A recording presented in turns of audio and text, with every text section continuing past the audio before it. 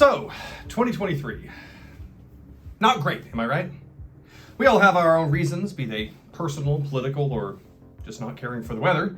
But in any event, I think we can all agree that 2024 hopefully holds better days. Fortunately, the last 365 days had some pretty darn good video games to tide us over.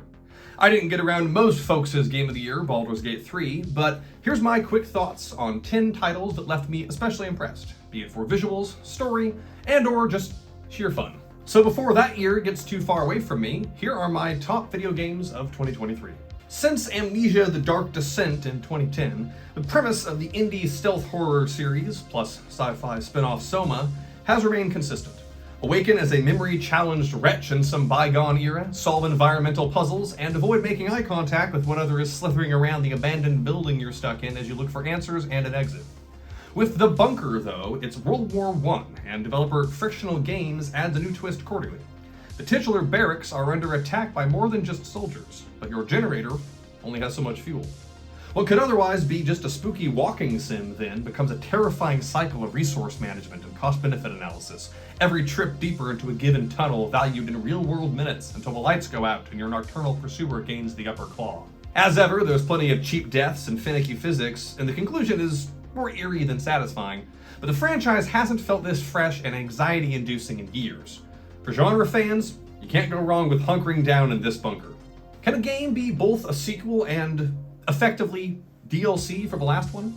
It's a query that's arisen more and more in recent years as ballooning development costs and higher demands for consistency between entries have led to many follow-ups taking place in whole or in part on maps carried over from their predecessor. The Legend of Zelda: Tears of the Kingdom may well be the poster boy for this trend. The graphics look the same and the overworld is functionally identical, so if like me you spent 100 hours and change exploring post-Robopocalypse Hyrule in 2017, the magic's just not quite there anymore. It's the underworld, though, and the overworld, where Tears both flows freely and reconnects with the series' roots. As in addition to a bevy of caves and flying islands, we get a roundabout dark world with the Depths, a subterranean abyss full of new monsters and challenges. Add in some honest goddesses, if not meager dungeons and bosses, a stirring dual timelines plot, and arguably the most robust physics crafting system ever, and you've got an adventure which, while missing the impact of Breath of the Wild, improves upon everything which made that game great and adds much of what it lacked. As contemporary sequels go, that's alright with me.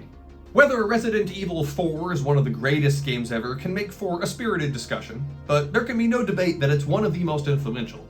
From Gears of War to Dead Space to The Last of Us, if you've played a game about a guy with a weapon in his hand and a camera over his shoulder that came out in the last 18 years, you've probably got Leon and Ashley here to thank for it.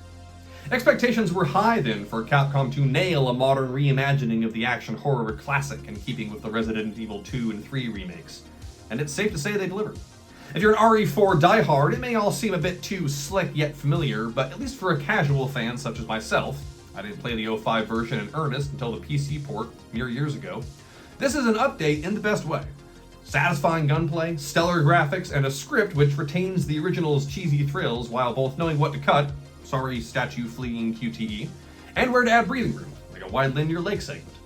Post-game support in the form of comparable revisions of the Mercenaries arcade mode and Ada Wong's Separate Ways are just the icing on the campy, gore-drenched cake. When I was a kid, a new Star Wars story coming out was a capital E event. I still remember the months leading up to the 1999 release of The Phantom Menace in particular, when everything from Pepsi cans to KFC buckets had the cast's faces plastered on it, heralds of a date so monumental that it was as if the new millennium was coming a year early. Post The Force Awakens, though, with new shows dropping semi-annually and George Lucas's original vision, however bungled and childish, distended into an indefinite cinematic universe, I must confess I feel like Yoda under his blanket in Return of the Jedi, on the verge of just evaporating from the burden of so much extraneous content. All of this is to say that it takes a lot for me to get invested in a galaxy far, far away these days, but Star Wars Jedi Survivor earns it.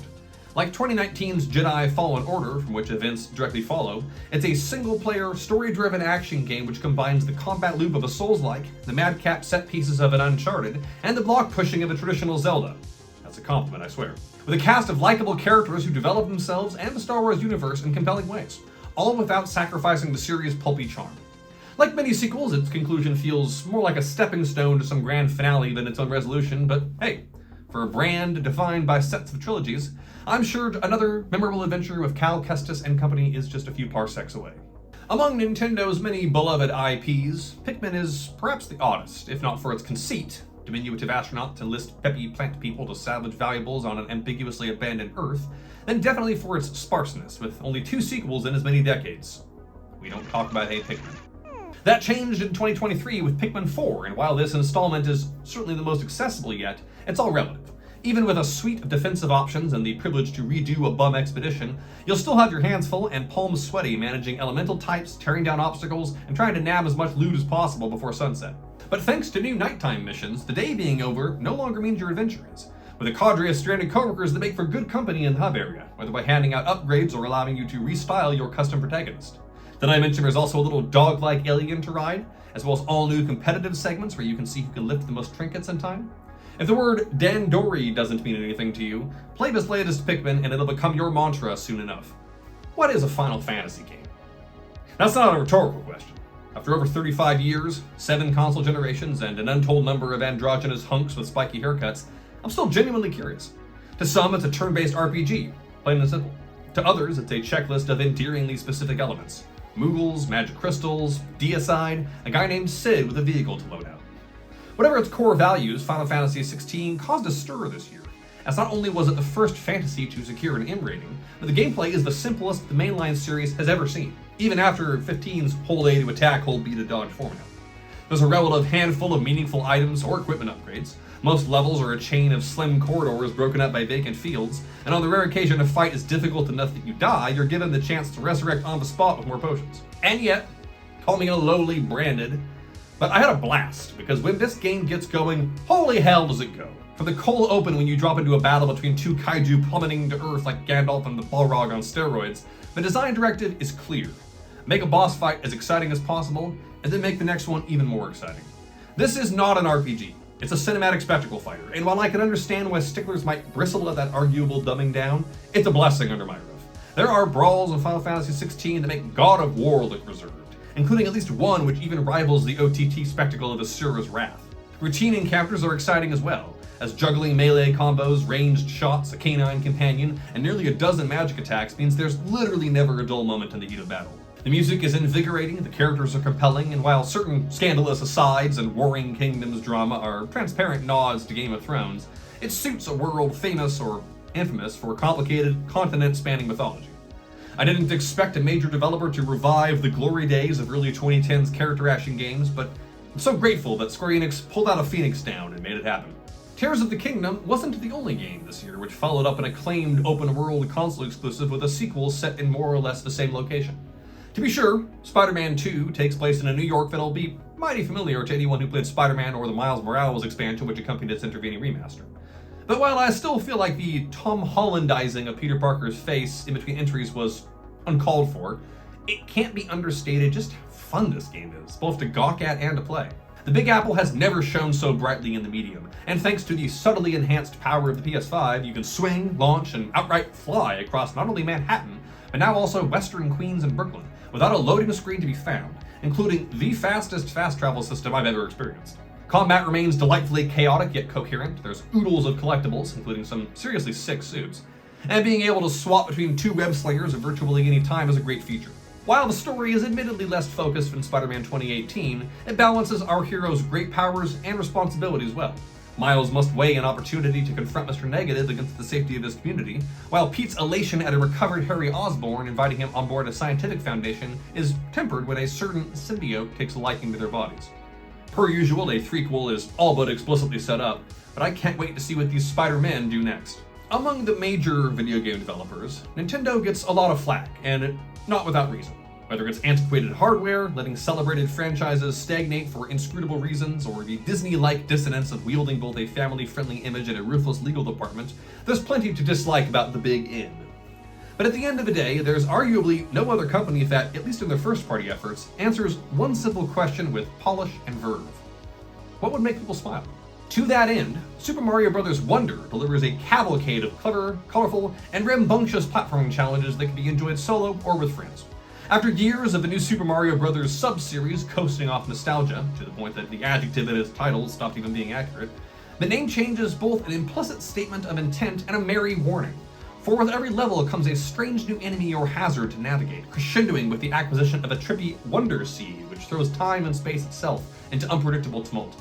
Structurally, there's nothing here you haven't seen before, and don't expect a plot more complicated than Bowser's at it again. But when it comes to the journey mattering more than the destination, this latest outing with the bros is a wonder indeed. Trevor sat at his computer, keyboard in front of him like a menu at a bar whose drinks he wasn't sure he could afford.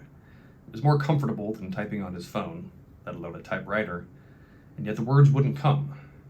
He had to review Alan Wake 2, the long-awaited sequel to the 2010 video game developed by Remedy Entertainment, which combined a setting inspired by the television series Twin Peaks and The Twilight Zone, with the tale of a writer tormented by dark spirits ripped right from the pages of a Stephen King novel.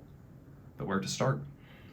Should he lead with the story, how it skillfully balanced episodes about not only Alan's struggle to escape Cauldron Lake after 13 years, but also Saga Henderson, an FBI agent investigating a murder cult in Bright Falls with ties to her own past?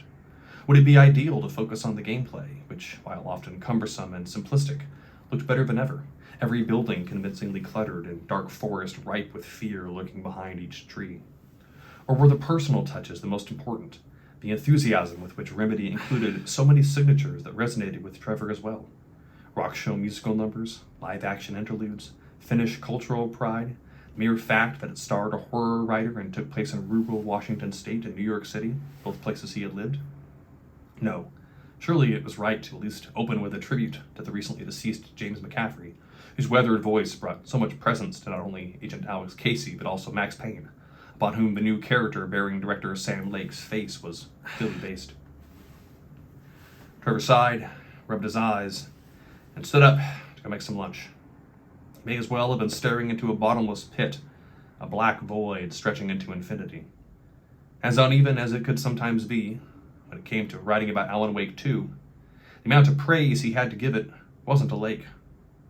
It was an ocean. On February 14th, 1991, The Silence of the Lambs released in theaters across America. Starring Anthony Hopkins, Jodie Foster, and Ted Levine, the film made back over 10 times its budget and swept the Academy Awards the following year, winning Best Director, Best Actor and Actress, Best Adapted Screenplay from Thomas Harris's novel, and Best Picture. To date, it is considered by many to be one of the greatest motion pictures of all time. What on God's metallic neon green earth does this have to do with Hi-Fi Rush, a jaunty little character action game inspired, if anything, by a combination of Guitar Hero, Devil May Cry, and Toonami reruns? Well, aside from the fact that developer Tango Gameworks is best known for creepy, grisly titles like The Evil Within and Ghostwire Tokyo, it's proof positive that sometimes the winner comes forth at the beginning of the year, not the end. Hi-Fi Rush was both announced and released on January 25th, 2023, and since that surprise drop, I haven't been able to stop gushing about it, nor, with generous bonus DLC, run out of reasons to return to it. This coming from a man whose reaction to rhythm games is typically to run in the opposite direction, with poorly timed steps. With an effervescent art style and a diverse gang of characters to match, fights aren't a chore but a joy. And the pace is precision-tuned to keep you always upbeat, always eager to earn another S rank or grind down that next railing. During bosses or big cutscenes, the original score gives way to licensed cuts. And while there's few tunes by music standards, it's a matter of quality over quantity. I never thought I'd face off against a buff she-wrestler while Nine Inch Nails' despondent banger 1 Million thrums in the background, but it's dreams like these that gaming brings to fruition. Also, leave it to this soundtrack to indirectly inform me of a Smashing Pumpkins side project, Swan, that had somehow escaped my notice. Hi-Fi Rush is, as much as my bones creak to consider it, an ode to 2000s nostalgia, back when teams of anime-tinged rebels ruled the airwaves and video games were about power-ups and youthful tude, not pay-to-play battle passes or weary fatherhood. It's a game by people who know what makes them fun, made for people who share that wisdom. It's not much, maybe, but as comforts go, it's like a favorite song on a long drive with friends, volume cranked and windows down. And that's, blessedly, a wrap on that turkey of a tour around the sun. I don't know much about the future, but I do know that there will be many more opportunities to come. Opportunities to enjoy some fun games, yes, be they long-awaited and AAA or indie hits slumbering in your Steam backlog, but also to put the controller down and tackle the real quests. Whether that's moving on up in your job, finishing that book, reading or writing, or finally asking out that person who you just haven't had a chance to chat with yet. As I said at the end of his list once, life can still make sense if you don't force it to. I'm looking forward to 2024 being my most sensible year yet. How about you?